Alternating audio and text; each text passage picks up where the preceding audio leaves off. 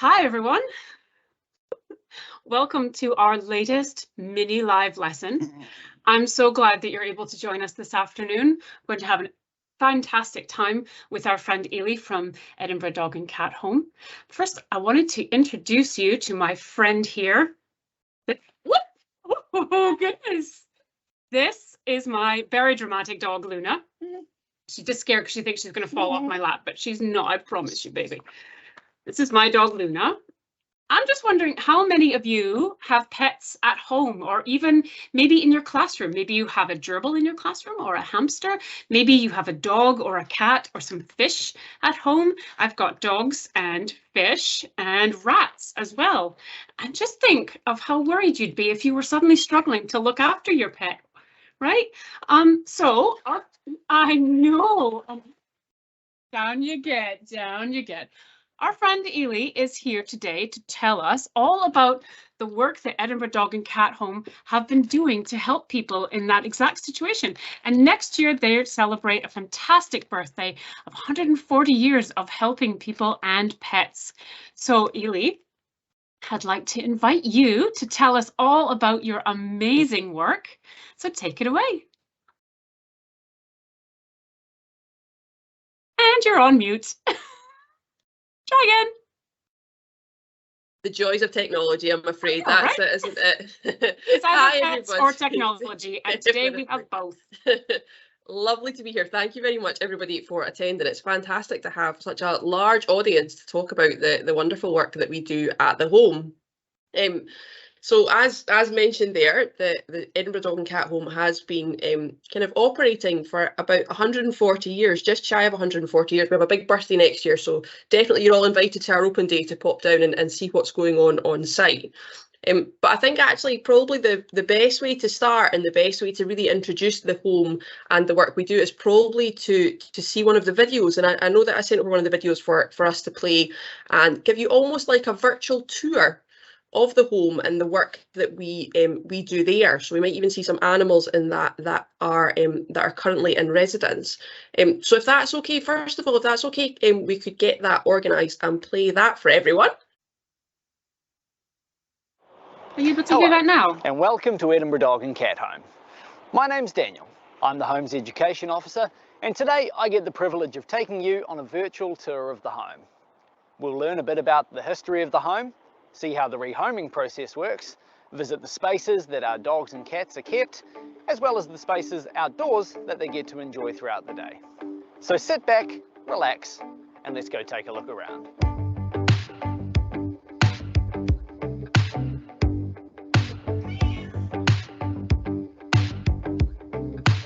Let's start at the very beginning with the history of the home. We opened our doors in 1884 to help address the problem of stray dogs in the city. It's hard to imagine now, but it used to be a real problem. Originally, we were known as the Home for Lost and Starving Dogs before new facilities were built to allow us to take in cats a number of years later. At this point, we changed our name to the Home for Lost and Starving Dogs and Cats, which doesn't exactly roll off the tongue. After a couple of relocations in the new town, we made our move to Seafield Road East, which is where we remain today as Edinburgh Dog and Cat Home. Heading into the home now, we visit reception. This is where stray or unwanted animals arrive and where the rehoming process gets underway. Customers register their interest online, they visit us, they're paired up with a member of the kennel or cattery team, and then they're taken to potentially meet their new best friend. Our reception area is also where people can make donations or inquire about pet services, such as our pet food bank, which we're really proud to offer. It gives those who are struggling to make ends meet access to food, toys and equipment to help them keep their pet in a loving home. We're headed now towards the cattery. This is where our cats sleep, eat, play, climb, scratch and enjoy top-notch care from our team. On the left are our kennels. They have an indoor space which gives our dogs privacy from other dogs, underfloor heating, a comfy bed, and we also have kennel speakers to play them calming music through the day. This is our mascot Hamish. They have an outdoor space too where we can pop them while we clean and freshen up their inside kennel, And our team are kept busy all day, moving dogs from the kennel to the outdoor space, up to the exercise paddocks for a good run around, which is where we're headed now. But you can't not say hello to the cat first.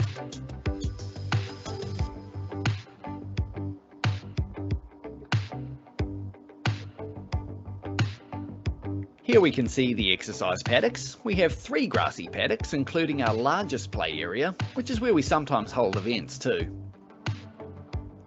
We also have 4 new paddocks. 2 of these, and our largest paddock, are all available for private hire by anyone needing a safe and secure space to exercise their own dog. We call them our paddocks by the prom. For us, the paddocks are great for allowing our dogs to run, jump, chase, play, and enjoy that crucial one-on-one time with our amazing team.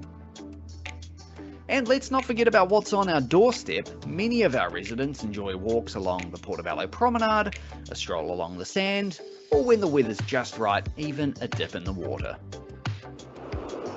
I do hope you've enjoyed taking a look around and learning a little bit more about Edinburgh Dog and Cat Home today. But if at any point in the future you'd like to learn more, have any questions, or would like to support us, be sure to visit edch.org.uk.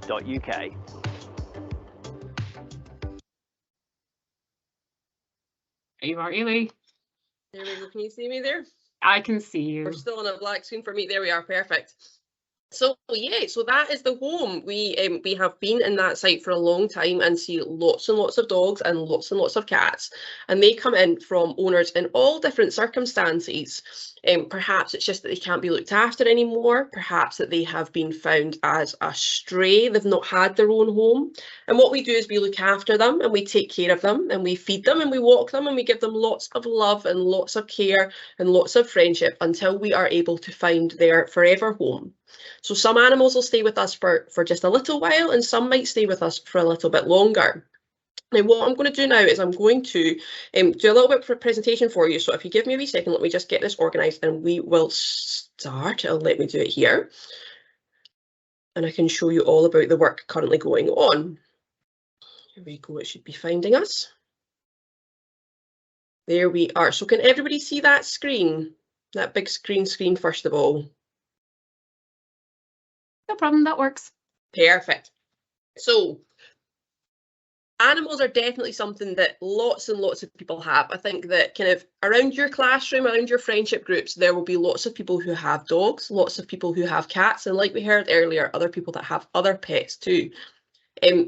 What we've actually found out is that in Scotland, there are 45% of adults in this country, 45% of people in Scotland who own a pet, and that is almost half the entire country. It's a huge, huge, huge amount.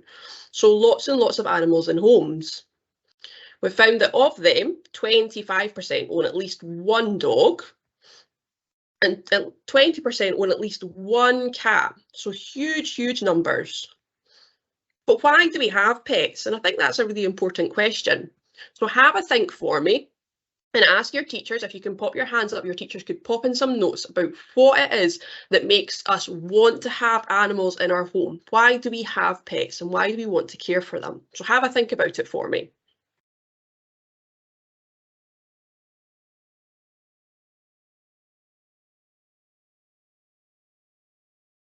Let's see if we've got some answers coming through. So company, definitely a very important one, absolutely. They definitely are adorable. That is a fantastic answer. They are adorable and they keep us company.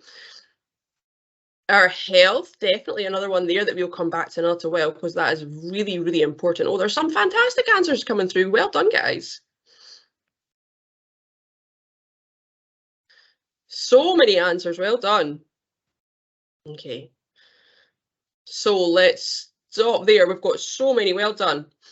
So definitely all of these, they are fluffy, they are cute, they are adorable, they give us friendship, they help us in lots of ways.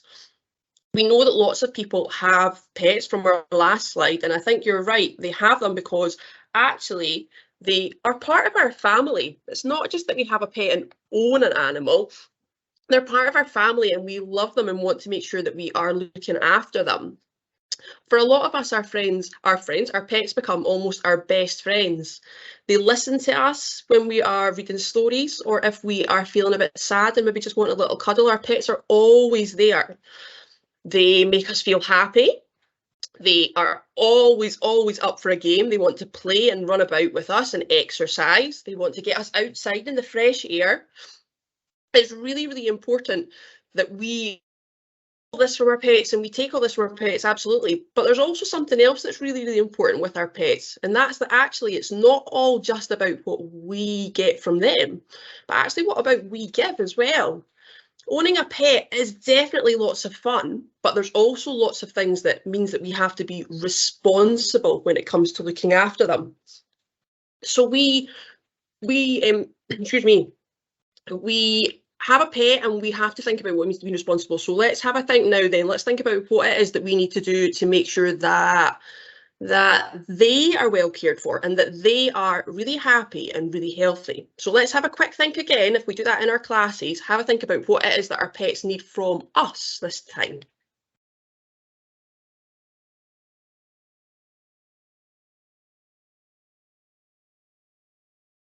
Well, let's see if we've got any answers coming through. Have a big think. Oh, lots of answers again. Well done. You are all on it this afternoon. Sorry, I'm not on it, clearly.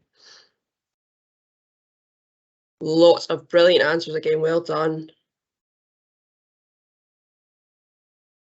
Brilliant. So they do need lots of things. One that keeps popping up there is care. And definitely we do need to take care of them. And there's lots of different ways that we can take care of them. And a big thing is what we need to provide them to make sure that they are cared for. So if we stop there again, we've got so many answers coming through. Well done, everybody. If we pause there, we know that we've got answers there saying that they need food and water to be looked after. They need a comfy bed or a safe space that they can rest and relax. They definitely need toys to play with. That was another answer that came through there, a fantastic answer. They need toys to play and also for exercise. Some animals that we might have, like dogs, will need to go out for walks where they can run about and play outdoors and exercise, and some cats might go outside. But actually, exercise might be something different as well. Toys can be part of exercise because they can keep our pets busy and make them think about things, not just always running about, but actually working things out. And that can be really, really good exercise for them as well, really good mental exercise. One that I'm not sure if I've seen there now, one thing that is really important that we need to teach our pets too is actually things like training. We need to make sure that our pets are really, really well behaved when they're out and about meeting other people. Because I don't know about you, but there are some people that can be a little bit worried by big dogs especially, or dogs running about off their leads. So as responsible owners, we need to make sure that we make sure our dogs behave themselves and don't frighten anybody when they're outside, because that could make some people worried, which wouldn't be a really good thing for them.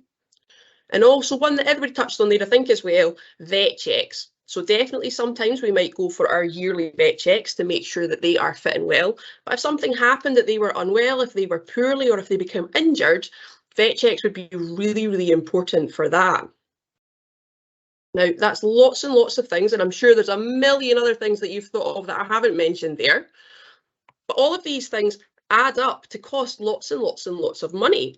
So actually, what we've worked out is that on average, every single month, people spend almost £240 on their dog. That's a huge amount of money. It can cost a lot of money to own a pet. And for cats, owners are spending up to £100 every month. And that does include things like their food, their toys, their vet bills, and all the things we mentioned before. But in Scotland and the UK, things are really expensive at the moment. Lots of things cost more money now than they did before. And because of that, lots of pet owners are having to spend some of the money they might have spent on their pets on other things. Edinburgh Dog and Cat Home knows that people in Scotland can find it hard to make sure their pet has everything they need. And actually that can make some owners feel really sad that they're not able to provide their pet with everything that they feel like they should. So what we've been having to think about at the home is how we can help not just the animals that we are looking after there, but the pet owners and the pets that are out in the community that need our care too.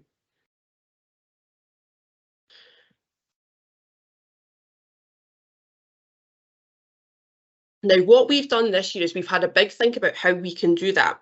And we've come up with this new slogan, this love without limits, because we feel like everybody that owns a pet, and everybody should be able to own a pet that wants to.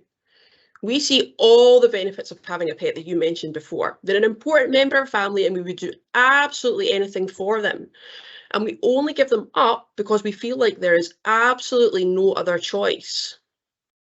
So what if there was a choice though? What if we could help? What if we could make it possible for pets to stay in their own homes? And to think about that, at the home, we've done some investigating.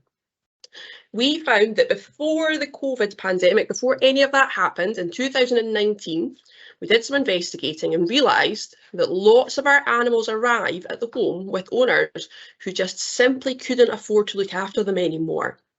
It's not nice for any owner to feel like they have to give up their pet, especially since we've mentioned there that they feel like they are very much a part of our family. But it's also not nice for the cats and dogs to have to feel like they're not part of that family anymore too. The other thing that we found is that actually it's not always the case that animals have to come into us, because if we could help in other ways, then perhaps some of those animals could stay in their own homes. What we have also found out is that lots of the owners who were bringing in those pets that were giving them up felt like they had to because they financially, because money-wise, they weren't able to pay for lots of things that their pets needed. We also found out that they were using something called food banks to help themselves as well as their pets. Now, food banks is something that I'm sure lots and lots of you have heard about recently. Some of you might not, but a food bank is somewhere that families and people in general can be referred to get little parcels of food to look after themselves, to make sure that if they aren't able to afford lots of the luxuries that they used to be able to, that they can go to special places where they can get little parcels with things like different kinds of foods in it. But actually, when people have been going and getting these food parcels, what we've also found out is that a lot of them have been given that food to their pets. We found that lots of the owners using food banks then used the food that they were given to feed themselves to actually give their dogs and their cats food. So even after being given food, many of our owners would go hungry to make sure that their pet was fed instead. Because of that, we started asking for donations to help support some of these owners in the community. We asked our staff, their friends and family, people visiting the home, if they perhaps could of dog foods to help us to set up our own pet food bank. And that would mean that we could give out pet food so that owners could use the food that they were being supplied to feed themselves and look after themselves. And then we realised that to help all of the people who needed our support, we needed more donations than just those few. So what we started to do then was to ask places like supermarkets, Amazon, who I'm sure a lot of you are familiar with, and bigger organisations if they could help too. And lots of people did. Lots of people were incredibly kind and incredibly generous with their donations. And we went from helping 2 food banks just close by to where we are down in Portobello to actually now supplying 84 different food banks all around the country for people to have pet food readily available so that they can help their pets to be well looked after and keep those loving pets in those loving homes. But there's still lots of people that we haven't reached. Still lots of people who perhaps do need that extra little bit of help to make sure that their pet can be looked after at home rather than having to give it up to somewhere like our rescue centre, our home. So actually, today is really important because today we'd like to ask you if there's any way that actually maybe you could help too. We know lots of schools and groups already have extra supplies that they're using for those in need there. In some communities, some places have little pop-up parcel stops, and phone boxes or little local hubs at places like leisure centres where people can go and get supplies for themselves. Things like food or things like toiletries as well to look after themselves. And these are making such a big difference to lots and lots of people's lives. They're helping lots and lots of people on their own doorsteps with things that they might need. But what I want to have a think about is if there's anything else that we could do. Now, I'm not going to ask anybody to answer this in class here, but what we are going to talk about is different ways that actually as a school, you might be able to help and support pet owners in your own community. And a really important way to do that is by actually thinking about the people that are around us, learning about the communities that are on our doorsteps, around our schools, the people that are there, the groups that are there, whether there is any help that's already available, any food banks or community hubs or places, like I mentioned, like little phone boxes that might have little supplies of goodies in there for people that might need them.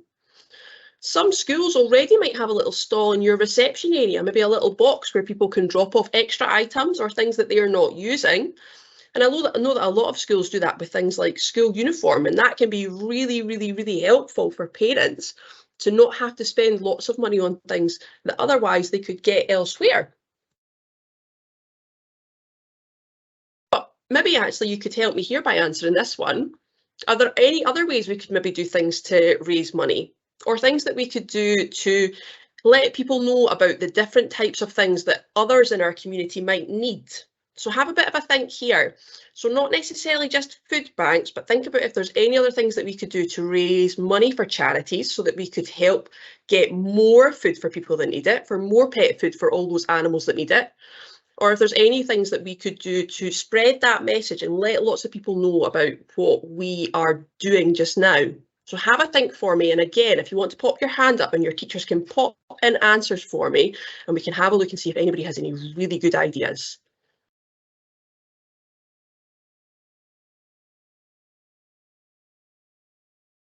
Oh my goodness, there's definitely some good ideas coming in here. A skip-a-thon, that sounds fantastic. I don't know if I would be very good at that though, I'm afraid. I am definitely not very good at skipping.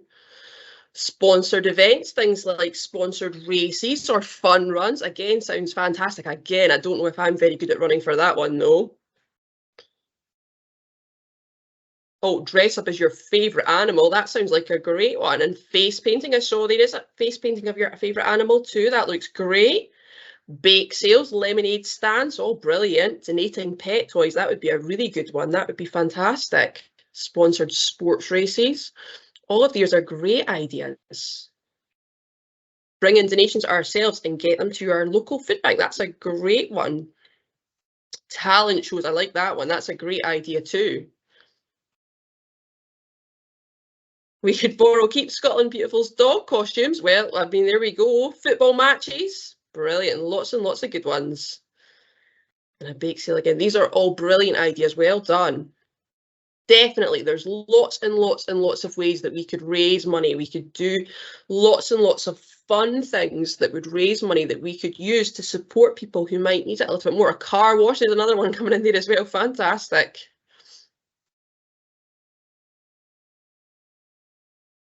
By looking at what we already do, and by doing things like having little collections in school, and including things like pet supplies that we might already have lying in our cupboards at home that we're not using, or by asking around our local area for donations, then certainly we would be able to concentrate on caring for, we would let our owners, be able to concentrate on caring for themselves too.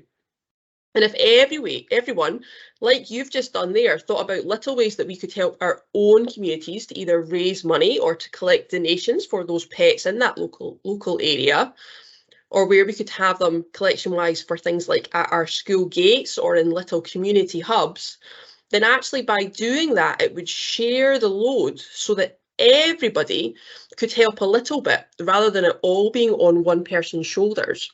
Because if it was just up to us at the home and all the animals that we need to help, then actually, if all of those owners had to bring in all of those animals that we are currently giving out food for, we just wouldn't be able to look after them. There would be too many animals to even fit at the home. There would be far, far too many.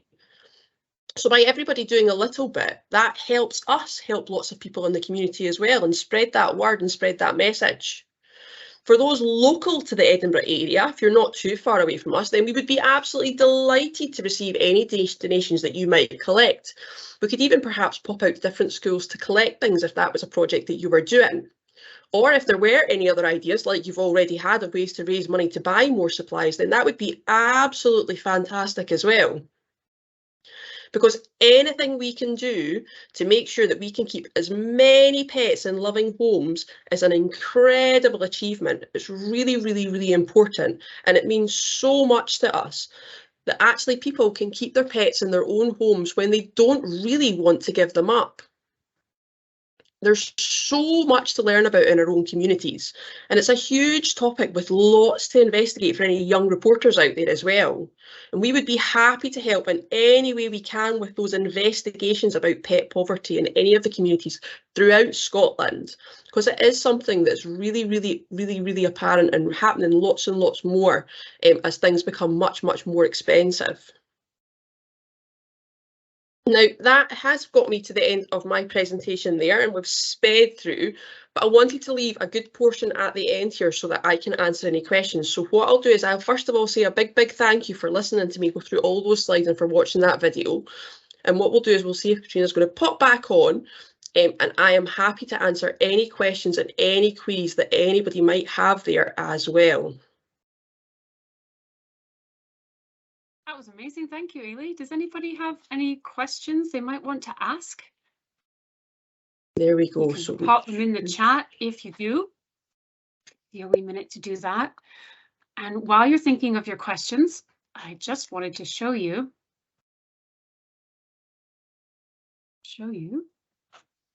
this action plan. Oh, you don't need to see that. This action plan, if you're doing eco schools, you might want to put supporting the Edinburgh Dog and Cat Home in your action plan.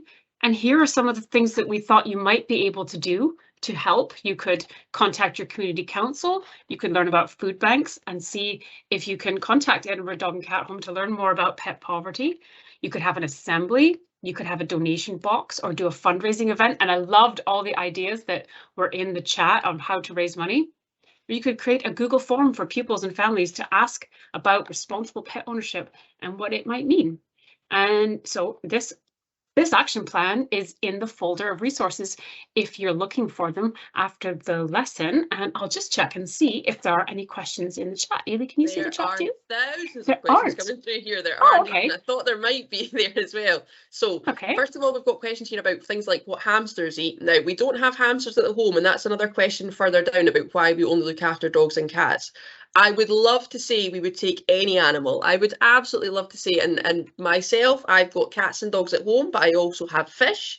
I've also previously had things like rats and guinea pigs and rabbits. I've previously had a snake. I've even previously had a tarantula that I've looked after at home. So I've had a huge variety of animals, but actually, in all honesty, we just don't have the space for them all. We simply don't have the space for all of them, and I would love to.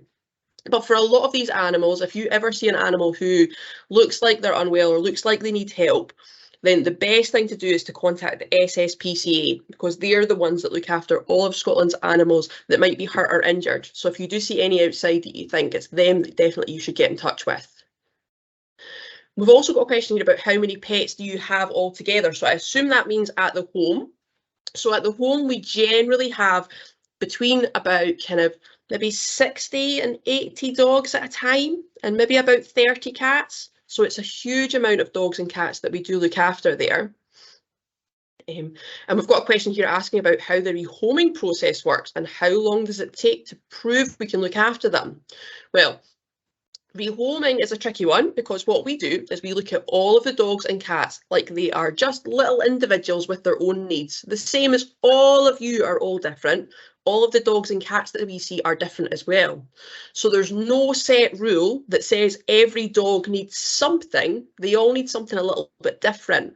So if anybody is looking to adopt or anybody's family is looking to adopt or rescue a dog or cat, the best thing to do is to look at our website or to get in touch with the home directly, and they can let you know about the animals that we have on site just now. Are there any centres for other animals like rabbits? Definitely. Again, the SSPCA are ones that certainly can help with that. And I know that there's also some smaller organisations in Scotland that help with things like rabbits and guinea pigs too. So I'm sure if you investigate that one, you will find lots of people who might be able to help there. Let me see.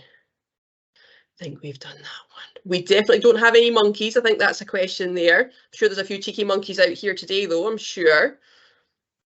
And let's see, how do you look after a pet and look after somebody else who needs help at the same time, especially if they need a lot of help?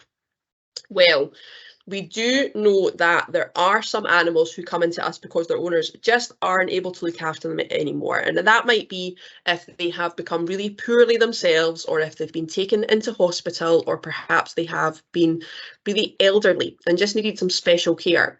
And in those circumstances, absolutely, some dogs and cats might come into us. And if they do, they will be loved and looked after and given lots and lots and lots of cuddles throughout the day, and lots of treats and lots of exercise until we can find that special someone for them. And then the last question here is, what is your favourite breed of dog? So my favourite is a breed called a lurcher, which is a bit of a muddle of different breeds. So that's what I've got at home. I've got 2 lurchers, and they are a bit like a greyhound, but they've got some other breeds mixed in. So one of mine is like a greyhound crossed with a border collie, and she's very cheeky but very, very clever. And the other lurcher is very, very cuddly and likes to sit up on my knee, a bit like what's going over here with Luna just now. And I've also got a cat as well that came from the home. Oh, I think we've got a few more here as well. Do any of the pets have any special talents? I'm sure they do. There's lots that are very clever that like to learn lots of tricks. What is the oldest dog you've had in the home? I'm not sure 100% what the answer to that one is, because we've had such a variety of different animals that have come through the doors. We've certainly had some older dogs who are maybe kind of 15, 16, which is older, definitely. And I know that I think at one point we've had one that was 18. But again, they're treated just the same as all other animals, but they get a little bit of extra special care and a bit of extra special looking after when they feel a little bit older, definitely. Do you poodles? There's definitely lots more poodles these days than there ever has been before. Lots of crossbreeds with curly coats that we see. So we do see lots coming through the home. And the final question here we have is it difficult? Is it a difficult process to adopt a dog? Well, as we've already said there, it depends on each different dog as to what they need. So the best thing to do if anybody is looking to adopt is to speak to the home directly or check out our website, and it tells you all the information there. That was lots of questions, guys. Well done. Good thinking. Your brains are very, very much in action this afternoon. I'm impressed. If your question didn't get answered, or if when we leave here today, or if you're watching this on the recording and you think of a question you'd like to ask, you can email it to us at ecoschools@keepscotlandbeautiful.org. And we will pass on your question. Eilidh, I just wanted to say in the chat just now, someone says a member of their class has rehomed a dog from yourselves, and says Patrick is very loved and living a happy life. That's amazing. Oh, fantastic. That's really lovely. lovely to hear. It's always nice to hear that dogs are doing really, really well when they've been adopted from home. We love to hear how they're getting on and see lots of lovely photos of them enjoying life out and about. So I'm really, really happy that he is doing so well. Oh, that's lovely. This is Luna's brother Fox. He's much more quiet than she is at the moment. And they were both adopted, although not from yourselves, from a different shelter. So it can be wonderful to adopt a dog who needs a second chance at life, eh? And there's lots of organisations who are working just as hard as we are to make sure that all these animals in Scotland are well looked after. So definitely with a bit of investigation, you can have a look around and see what everybody's getting up to, and make sure that, and check out all the different animals that are available for adoption in all those different places as well. And if you're interested in the work of the Scottish SPCA, we did have them as a guest in a previous live lesson, and you can find that, and you can find that on our website. I will put the link in the folder of all the resources so you can find it easily. But I believe it was our litter and waste live lesson. They were one of the guests in one of the sessions there for primary schools. So you should be able to find them all right. Hey.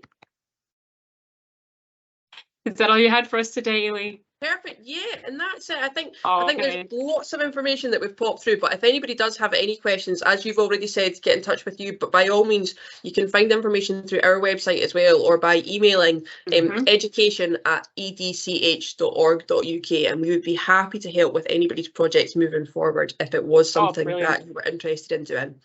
And we'd love to hear, if you do work with Edinburgh Dog and Cat Home, we would love to hear about it, not only in your Eco-Schools action plan, but you can also email us or tweet or send us a message on Facebook, or share our name in the post on Facebook, and we'll find it. So we'd always love to hear what you're getting up to. And if you're able to join us today, you might also be interested in our next live lesson, which is all about our Spring Clean campaign, which, as you know, is coming up in March. This year, it goes from the 17th of March to the 17th of April, and we're hoping that everyone will take this opportunity to carry out the litter pick that everyone has to do for their Green Flag Award. And this year, we have something special, because this year we have a small litter league competition. So we're looking for which school and which local authority collects the most bags of litter during Spring Clean. And so if you carry out a litter pick event during that time, pop onto our website and put the number of bags and your school name and local authority in there, and you can see the league table. You can see who's in first place and who you need to catch up to. And the winners will get a very cool trophy, as well as bragging rights for this year's Spring Clean. They can be the Spring Clean champion. Woohoo! So if you haven't done your litter pick yet, please go and check that out, because it looks like a lot of fun. And speaking of Spring Clean, our next live lesson is all about Spring Clean, how to prepare, why we do it, what's it good for, what good it does, how you can get involved. It's short sessions every morning, the week commencing the 20th of March. So it's not one single lesson, it's 4 short lessons, and then our usual celebratory assembly on the Friday, which I hope you can all join us for, because I've seen the plans and it's going to be really exciting. But thank you so much to everyone who took time out of their busy day today to join us for our lesson. And thank you so much, Eilidh, for telling us all about your fantastic work. I can't believe it's been 140 years. That's amazing. It's a long time. I think Keep Scotland Beautiful is coming up definitely. on... Yeah, it's a long time. I think we're coming up on 22 years, so we have some ways to go yet. But thank you so much for your time today and for telling us all about your fantastic work. We really appreciate it. Thank you. No, thank you for having me, and thank you to everybody for joining. It's been fantastic to speak to so many people that obviously have such an interest in what we do. So thank you very much. Amazing. Thanks, everyone. Bye for now.